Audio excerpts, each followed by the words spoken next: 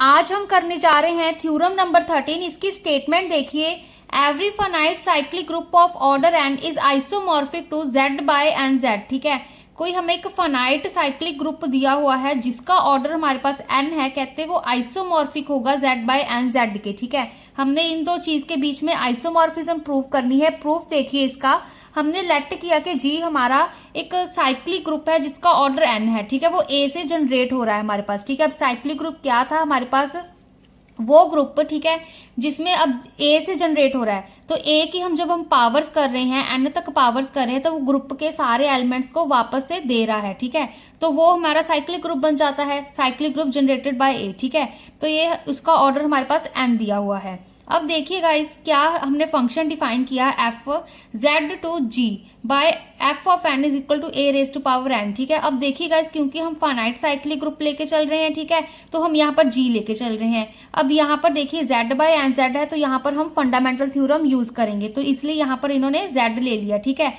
इसको हम kernel F लेके प्रूव कर देंगे एन जेड को। तो यहाँ पर हमने फंक्शन डिफाइन कर दिया एफ जेड टू जी, ठीक है, by F of N Z में, क्योंकि हमारे पास एन एलिमेंट्स लेके चल रहे हैं ना, एन की फॉर्म में, स्मॉल एन की। ठीक है, तो F of N is equal to A raise to power N. क्यों?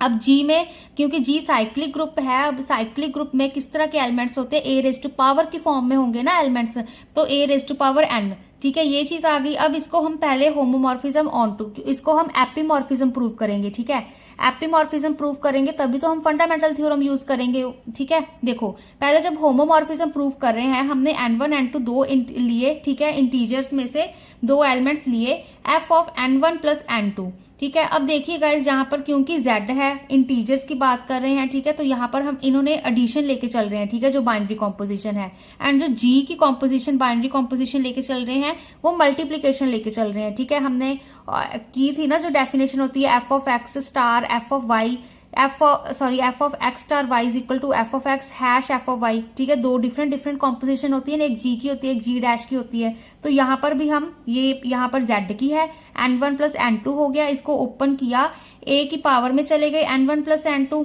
बेस सेम था। ठीक है, तो पावर्स हमने ऐड की हुई थी, तो बेस अलग अलग कर लिए हमने। ठीक है, ए n1 ए n, फिर वो किसके इक्वल आ गया, F of n1 F of n2। यहाँ पर देखो, यहाँ पर जी की कॉम्पोजिशन चल रही है हमारे पास मल्टीप्लीकेशन की, n1 के n12 के बीच में जो कॉम्पोजिशन है वो एडिशन की, वो जेड की है। ठीक है, तो ये हमारी होमोमॉर्फिज्म की डेफिनेशन बन गई, होमोमॉर्फिज्म प्रूव हो गया।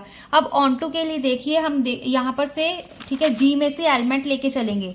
For all A raise to power N belong to G, हमारे पास कोई एन बिलोंग कर रहा है जेड को, such that F of N हमारा A raise to power N के इक्वल आ रहा है। ठीक है, तो ये हमारी ऑन टू की डेफिनेशन होती है, ये बेसिक डेफिनेशन है, हम ऑलमोस्ट सभी में ऐसे ही लिखते होते हैं। ठीक है, तो अब देखिए गाइज, अब ये हमारे पास एक तरह से, क्योंकि होमोमॉर्फिज्म है, ऑन टू हो गया, तो ये एपीमॉर्फिज्म बन गया। अगर एपीमॉर्फिज्म बन गया तो हमारे पास by fundamental theorem of homomorphism, ठीक है, अगर एफ हमारा जेड टू जी एपीमॉर्फिज्म है, ठीक है, तो हम लिख सकते हैं G is isomorphic to Z by kernel F, ऐसे है ना। एफ अगर हमारा जेड टू जी, ठीक है, एपीमॉर्फिज्म बन गया, एपीमॉर्फिज्म बन गया, ठीक है, तो हम इसमें fundamental theorem of homomorphism use करेंगे। तो जी यहाँ पर लिखते होते हैं, ठीक है, आइसोमॉर्फिक, ठीक है, फिर जेड पहले यहाँ पे कोड मेन होती है, फिर यहाँ पे डोमेन आ जाती है बाय कर्नल एफ। ठीक है, कर्नल एफ लिखते हैं। अब हम कर्नल एफ प्रूव करेंगे, कर्नल एफ हमारे पास एन जेड आना चाहिए। ठीक है, तो वो देखिए,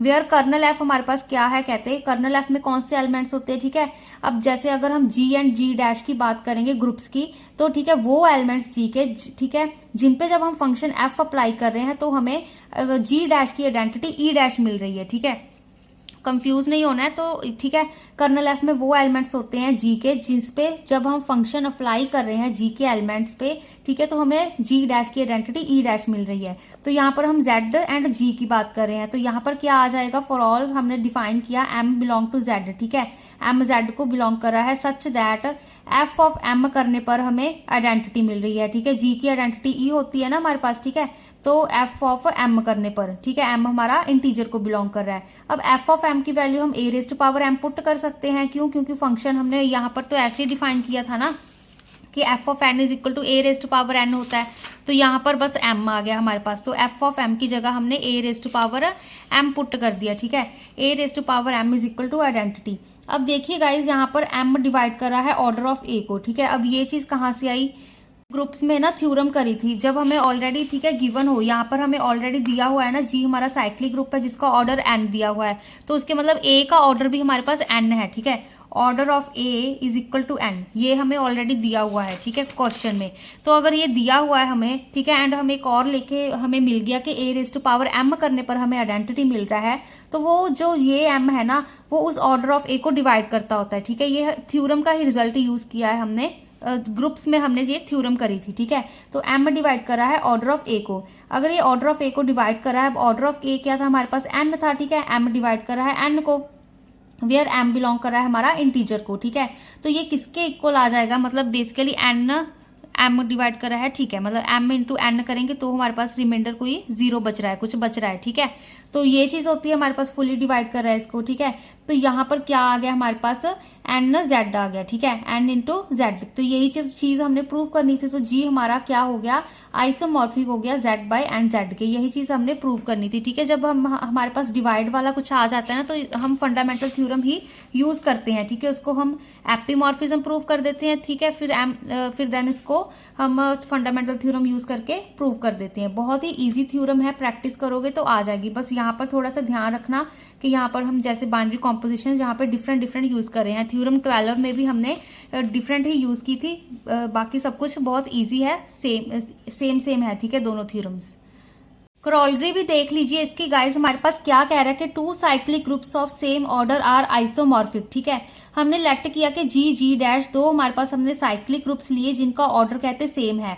अब अगर दो केस बनेंगे हमारे पास, ठीक है, एक तो इन्फिनिटी बन जाएगा, एक एन वाला बन जाएगा। अगर हमारे पास जो ऑर्डर है जी एंड जी डैश का वो इन्फिनिटी आ रहा है, ठीक है, इन्फिनिटी आ रहा है, तो कहते हैं जी आइसोमॉर्फिक होगा जेड के एंड जी डैश आइसोमॉर्फिक होगा जेड के, ठीक है। दोनों जेड के अगर आइसोमॉर्फिक होंगे तो रिलेशन, अब देखो आइसोमॉर्फिज्म का रिलेशन इक्विवेलेंस होता है, ठीक है। अगर ए देखो बी के इक्वल है, डी बी हमारा सी के इक्वल है, तो ए हमारा सी के इक्वल हो जाता है, ये चीज होती है ना तुम्हारे पास।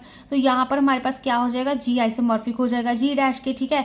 अगर सेकंड केस में देखें, अगर हम ऑर्डर दोनों का एन लेके चलें, इन्फिनिटी से मतलब छोटा है, एन है ऑर्डर, ठीक है। अगर एन है तो हमारे पास जी आइसोमॉर्फिक हो जाएगा जेड बाय एन जेड के, जी डैश हो जाएगा जेड बाय एन जेड के, ठीक है। तो दोनों क्या हो जाएंगे, फिर से हमने इक्विवेलेंस रिलेशन वाला यूज किया, जी आइसोमॉर्फिक हो गया जी डैश के। इसमें दोनों में हमने थ्योरम यूज करी है 12 एंड 13, ठीक है। 12 में हम इन्फिनाइट साइक्लिक ग्रुप की बात कर रहे हैं, ठीक है, तो ये चीज प्रूव करी थी।